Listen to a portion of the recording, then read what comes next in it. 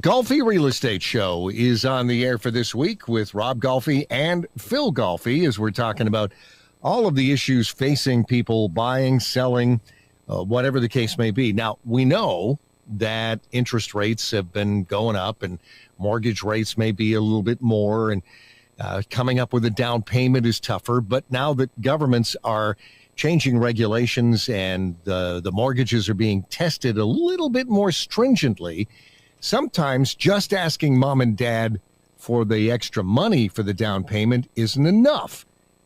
What else is being asked of mom and dad these days, Rob? Well, they want their names on there because because of the interest rates are high, the mortgages are higher. They need their name on there because the amount of income they make doesn't qualify them to buy or have the size mortgage on the property. So they want to make sure that they got the guarantee on their mortgage. So yeah. So now you got now you get a couple. So you get the daughter, and then you get the daughter's boyfriend, and now you got to get the boyfriend's parents and the daughter's parents. Like, everybody has to be on this. Everybody's got to be tied in so that the banks know for sure that they're going to be insured that if anybody doesn't pay the mortgage, at least one of the parents are going to be backing them up. And yeah. To qualify right now, so dating back to 2018 is when they first introduced the stress test, and the stress test was to prevent, or lessen the sledgehammer that came down on us in terms of what we're experiencing right now with the rising interest rates. But since 2018, they haven't amended the stress test. The stress test, that was in place for a 2% mortgage to qualify at a 5% mortgage is still in place for a 7% mortgage. They're now needing to qualify at 9 and 10%. Yeah. So as our interest rates rise, that stress test did not get any smaller. Right. And now to qualify at the rates that we're at today, you not only do you need to qualify at the 7% or 6% interest rate, but you need to qualify with the stress test on top of that. 9%. Exactly. Yeah.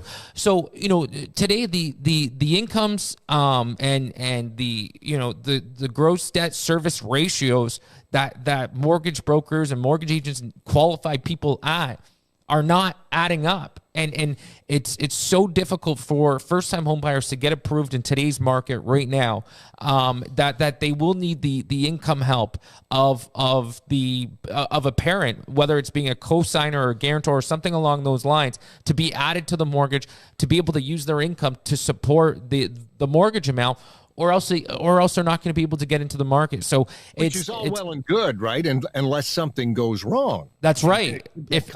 Exactly. It's all well and good, and because they would be on the hook for the payments in the event that the house isn't getting paid for. So and it would affect their credit.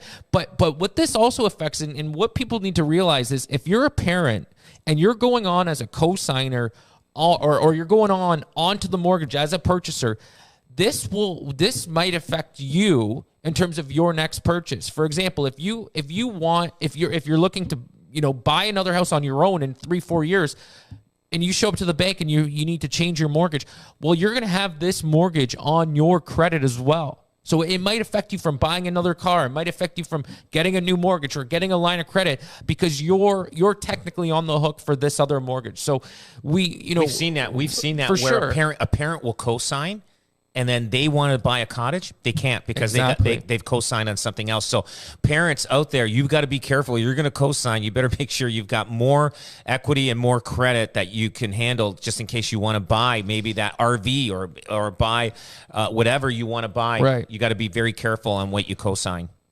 It also affects if somebody passes on, heaven forbid, inheritance problems, probate problems, because all of a sudden there are more names on that deed than just 2, right? Yeah, I mean, you got to take care of that at the lawyer level and make sure that there's documents in place that has scenarios in place in case that happens. And I'm going through it right now with a seller, and her husband has passed. So now the husband's kids are the estate trustees. However, she doesn't have a will or a power of attorney. The kids are now paying for the house for it's just turned into a huge mess, and we can't do anything because she's in the hospital and, she doesn't have a power of attorney or a state of trustee and things like that. And, people that don't have these types of, documents or things in place for the examples that you just highlighted, it makes it a very difficult scenario moving forward. I got a quick story. There was a couple married, and I think there were second marriages on both of them. The wife passes away, right? And they had the house under their name. The husband did not know that the wife, probably a year or two earlier, put her kids as I think joint tenancy. Right. On title. He didn't even know it. So when she passed away, they become 50% owners. That's right. He didn't even know that. He was upset. He even he couldn't believe this. He goes, "What the heck is this about?" Yeah. He was forced. The kids, his stepkids, forced him to sell the house because they wanted half that house. He said to me, he goes, "Man, if she didn't die, I would have killed her." He goes, but anyway, but you got to check out your so that's what's going on. Can you do that? I'm really curious. It happened. This was about, I'd say, between 5 and 8 years ago that this happened, and this guy, he was upset about it because he didn't know that his stepkids were partners on this. You have the right to pick who is going to be the beneficiary of your estate. And you can do that through a will, and so when it happens and it goes through the legal system, those are who the new owners are, and those are enjoyed. That's my exact situation right now.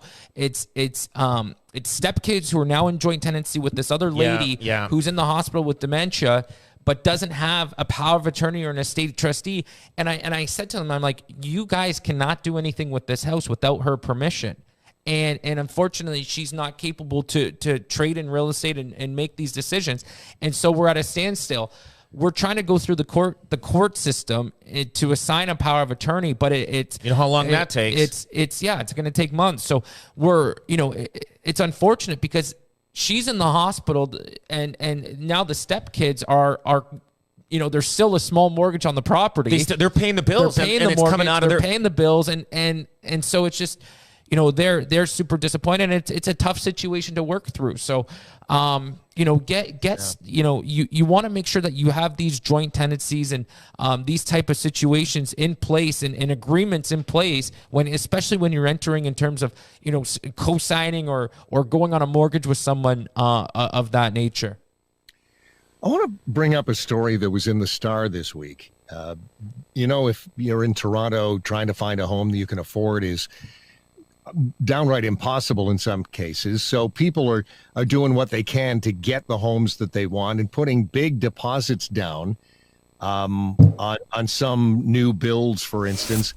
And then because of delays or various other things, changing their minds or walking away from the deposits that they're putting down in some of these big bucks. It's tough. It's tough. Well, these are people that bought homes probably 2-3 years ago, and now they're finally being finished, either whether condos or single detached or townhouses. And a lot of these people are going, well, listen, we bought these homes in the height, right? Like in what do you call it? 2021 and in the beginning of 2022. Yep. And they probably paid, let's say they paid 1.3 million for it, and now the house is worth less than $1 million. So they're going, why should I? They're willing to walk away because they're going to lose over $300,000 just in equity. Right. Yeah, they're going to walk in buying this place, and some of them can't even get mortgages because the banks aren't going to give them the financing because there's no equity in there on their part.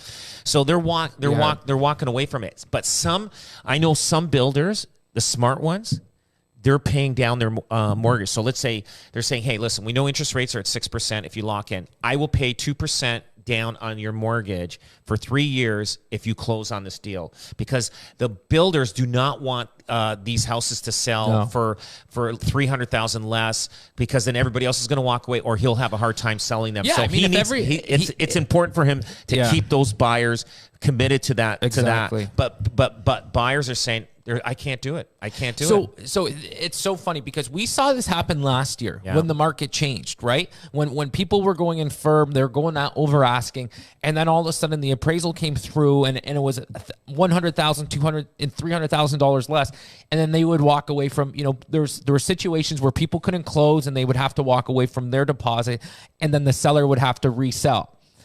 This market in terms of pre-construction market is now that's where we are with the pre-construction, because anybody who had bought the houses in 2021, 2022, they're coming up now. Exactly. They're coming up. Yeah. So now the pre-construction market's going through exactly what we were going through last year in that crazy hot market of February, March, April. And so that's what's going on right now. So now, it's a person can say, okay, I have $300,000 invested into this property that I'm supposed to buy. Now it's also worth $400,000 less. Yeah. On top of that, they'll probably need to come up with another $250,000 in capital just to be able to close on it. So you look at it and it's like, do I just take the loss of $300,000 and turn around and walk away? But the problem with that is the builder might turn around and go after you for the difference after they resell the property. Yeah. So it's a terrible, terrible environment, especially amongst builders who are expecting, if they have a development of, who knows, right? And then they have financial issues with their banks. Their banks are saying, "Hey, listen, you got to get these properties sold." Because they had firm deals on their hands, but now they don't have them anymore. Yeah, it's a huge ripple effect. But I just wanted to point out, so RBC has a program right now where it's called a firm approval.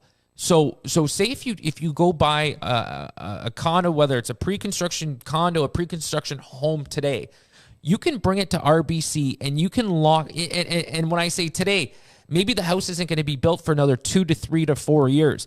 You can lock in today at a rate and at a firm approval that they will not take out from underneath you, right? I don't know.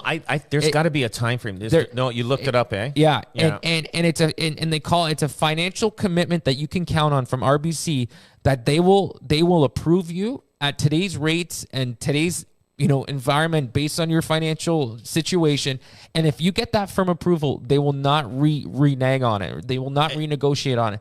And they will hold their word until the closing. And if the interest rates come down, they'll give you the lower interest rate. Bingo. Yeah. Now, this is great from RBC because this is listening to what your customer is saying, right? They understand in terms of what people are going through in this environment and what's highlighted in the Toronto Star in this specific article, that people are not getting approved. People are walking away from deposits, and RBC says, okay, well, there's some inherent risk in terms of doing this with pre-construction, but they created a platform and a policy and they're going to get the business. Exactly. People are more comfortable in buying a condo if they know RBC is going to give them an approval firm, even when 2-3 years later when it closes. Exactly. So if you're in the market right now for pre-construction and you're considering and you know what, it's peace of mind, right? And we really don't. We're not plugging RBC. No, we're just like I don't have any mortgages with RBC or anything. So we're just kind of telling you what's out there. Yeah, but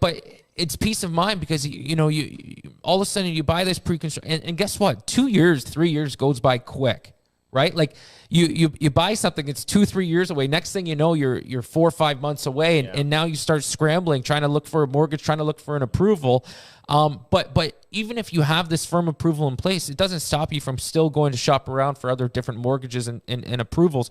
But this is something that RBC has come up with to ensure that these people that are buying these pre-construction homes do have a firm approval in place and they can feel comfortable about even if they lose their job. Exactly. Even if they lose their job 2 months before the closing date. If they I know that. I think RBC's always had this thing in place, but a lot of people don't know about it. Yeah.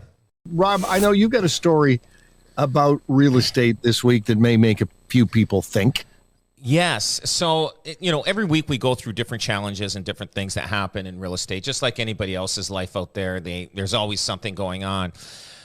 So we have these people that call us and they're looking for a home evaluation on their home. And we, we'll say, okay, no problem. We look it up and everything, and we look up the house, look up all the details of the house, and then we set the appointment to meet with them and go there, meet with them, and talk about, our marketing plan, how we market your house. Also how, what price range they should be in and all that kind of stuff. But it just so happens these people that called us were realtors themselves. And conveniently did not disclose or tell us or tell our team that they are licensed real estate agents. Yeah. And you know what? Like they're supposed to disclose to us if they're realtors. And so they were using us for information to help them. So that just tells you these people are incompetent and even trying to even sell their own house. That they had to call us to find information about their house and what to do and all that kind of stuff. So, you know what? And I'll tell you, Tim, these people here, I am going to file a complaint on these people. How did you find out? How did we found? Well, she asked. So after the appointment. No, but Sharon asked, "Are you guys realtors?" Yeah, she had the appointment. At the appointment, she asked. She had an idea in a sense in terms of where the conversation was going and the questions they were asking. Exactly, and the questions that they were asking. And then, 2-3 days go by. Sharon's following up, and Sharon's a Golfi Team representative on our team, and she's following up with these individuals and just trying to have a recap of the conversation and discussion that they did have. And these people vanished. They ghosted her. They weren't responding. Didn't answer any of her calls or texts. And then a few days later, the property was listed on MLS. And our team sold this property to these individuals. To these buyers. No. Years ago, prior to that's what I'm saying. 3-4 years ago. Yeah. No, but not to these people. Not to these people. Prior. So what happened was we had an old MLS listing on there. And what happened is they used our pictures. The old pictures. Yeah. And they can't do that. You can get fined on our real estate board for using other people's pictures. Most people don't, call them on it. So I'm super upset. Yeah. But in terms of finding out, so when the property came up for sale, not only does it have pictures from 3-4 years ago that are our own, but when you look at the seller's name and then you look at the real estate agent's name that listed it, it matches up with the same people that Sharon from our team had met with. So just imagine, Tim, you get a call, these people are wanting to use us or considering using us. They invite us into their home. You're sitting at the kitchen table with them, and put Sharon in an uncomfortable position to the point where she actually asked them and said, "Are you guys real estate agents?" Because you can just have a feeling of the conversation and the types of questions that they're asking. And then all of a sudden, Sharon leaves. She's following up, wants to make sure she covered every detail that they're looking for, but also had this, indication that, that was awkward. That was weird. I didn't feel really comfortable in that type of environment, in that conversation. And then as we're following, our market, we look at new listings every day, see what's sold, see what's coming up. We see this listing pop up, and then we look and we do some information, some research. And the people that she had actually met with were licensed real estate agents that were selling their own house. It's just a bizarre situation, a situation that in my opinion is completely unethical, totally unethical. We're gonna file unscrupulous a complaint. and something that doesn't happen in our industry very often. We get calls from other realtors a lot. And within the first few minutes of the conversation, they'll disclose. They'll say, "Hey, I'm a realtor. I work in this market. I'm from Windsor. I'm from Toronto. I'm from Barrie.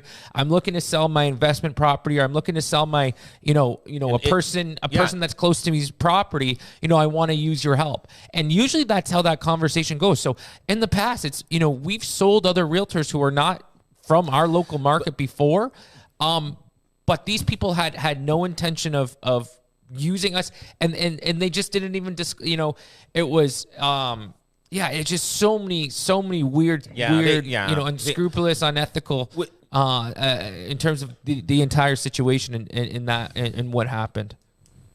How do you find out if you're looking and you don't know, say somebody they see a sign on a house and they're interested in it, and they just, keep that name in the back of their mind, and then they want to go with a real estate agent. How do you know whether somebody has a good record or not? I mean, do online ratings help? How do you find out? Big time. It's hard. It's hard. You got to look at the reviews. If they have a website, a lot of realtors don't even have a website. They just have a Facebook page, and they may not even have that. It is tough to find. There's a lot of most good realtors. They have a web page out there, and if they don't, then that's when the questions, you got to ask a lot more questions. How long you been in business? Where do you operate out of, and all that kind of stuff. But yeah, you're right. It is a tough situation. We get not only that, but we also get call like how Phil was saying, we get calls from other realtors. But now I've made a point that we really don't want their business unless they send us a contract to sign right up front. Because every time we get called, even if they disclose that they're a realtor, we go and meet with them. Oh, no, I'm going to list with you, this and that. We talk to them on the phone. We try to, screen them and vent them out and make sure. And as soon as you meet with them, you give them, some things, what they need to do. Oh, here's some of the mistakes you made. Okay, let me get back to you. Meanwhile, they either reduce, because they had it listed themselves, or they haven't listed, but they will put it up for sale themselves, or reduce the price, or do what the changes they've done. Believe me, just to let you know, 90% of the realtors out there don't sell a house that much, maybe 2 or 3 homes a year. That's it. Now, they make mistakes because they're not used to doing business every single day. And if you're not doing business every day, mistakes are made because you don't know if you made a mistake. Sometimes realtors put down different zones or demographics where the house is. So you're going, and that's why I always tell my agents, do not copy previous agents' information because there's always going to be mistakes. So we always do, we make sure we don't copy a previous agent's information.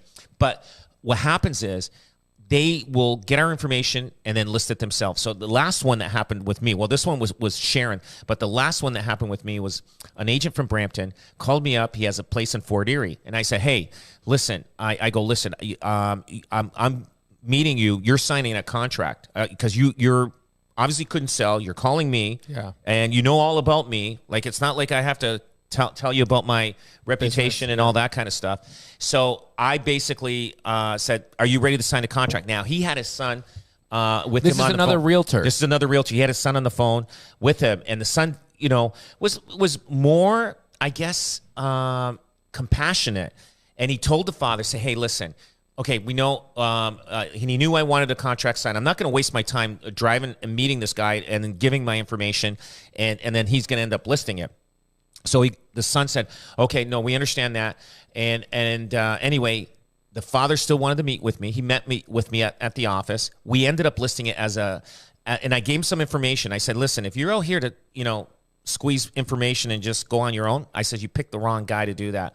Well, I'm looking at the clock and we're just about out of time. Rob, we should touch on the fact that if anybody has questions or concerns, how can they get a hold of you during the week? Yeah, they just can get a hold of us. If they want questions, go to questions@golfiteam.com, or they can call us at any time at our office at 905-641-0308.